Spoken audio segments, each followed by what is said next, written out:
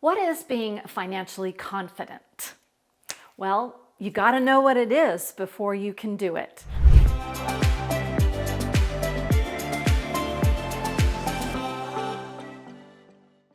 You might have an idea of what being financially confident is, but in today's video, I'm going to give you 7 tips so that by the end of this video, you will be certain that you are financially confident. Tip number 1 is about having a strong sense of control over your finances. That means that you have made an assessment of where you are financially, and you're not just going willy-nilly with your life or your money. You really know where every penny is going. That leads us to tip number 2. Having a clear understanding of what your situation is. That means, how much money do you have in the bank? What are your assets? Do you own property? Do you own anything of value that can add to your financial picture? It's really important that you are very clear on what you have and also what you spend. Without those 2 elements, you are going to be, like I said before, willy-nilly all over the place, spending money, not knowing where it's going. You've got to have a clear picture. And something else I like to include in that conversation is your debt, because debt can drown you pretty quickly and you've got to stay on top of it. In order to be financially confident, you have to know everything about your finances.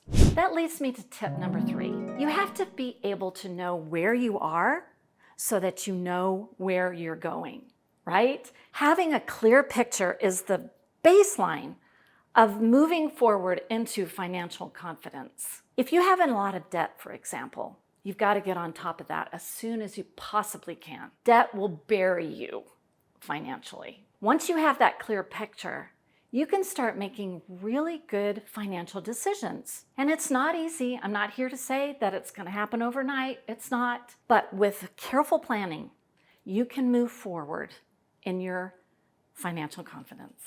Which leads me to tip number 4. Have a plan. That is the key. Like anything in life, if you have a goal, you have something that you can look forward to, then you can achieve it. It certainly worked for me, I can tell you that. Having a plan means maybe making a budget, making sure you know where every penny is going, especially in the beginning. You don't have to do this endlessly, daily, but having a clear picture is key in order to make your financial confidence grow. When I mentioned earlier about a budget, that word often makes us really cringe. I know it does for me. I don't want to be that meticulous about what I'm doing, but it really helped me get back on track and figure out where I was in my financial picture. I always had let other people take over. I passed that responsibility on to others. And that was my biggest mistake, because it actually ended up in me having a horrible financial devastating story about losing everything because I wasn't paying attention. And that's why I'm so passionate about trying to tell others that you gotta pay attention. Just like anything else, you gotta pay attention to your kids. If you want them to be doing the right things, you've gotta pay attention to your work if you want to stay employed. And it's the same thing with your finances. You've got to pay attention to what you're doing, what you're making, what you're spending, how much debt you're taking on. It's imperative to being financially confident. Wrapping up this point about having a clear game plan also really helps with unexpected expenses. We all know that that happens when we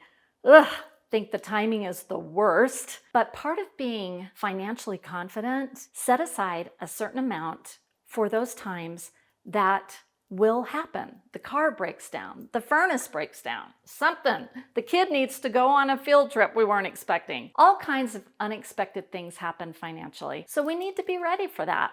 That brings us to point number 5. It's really important to have a comfort level to be able to ask the right questions to the right people so that you can build your financial confidence. Let go of any fear that you have about talking about money. Ask questions, get comfortable about the subject. Whatever that means for you, maybe you need to read a book, maybe you need to talk to a friend who's very successful, ask questions, maybe a financial planner. I know that's kind of scary, it was for me too. Somebody who really deals in money and money planning so that you can be well-versed, is how I like to say it. You don't have to learn all that stuff. I'm not an accountant and I don't claim to be and I don't want to be, but I do want to be knowledgeable about the subject of finances. That is a really good thing to set your sights on.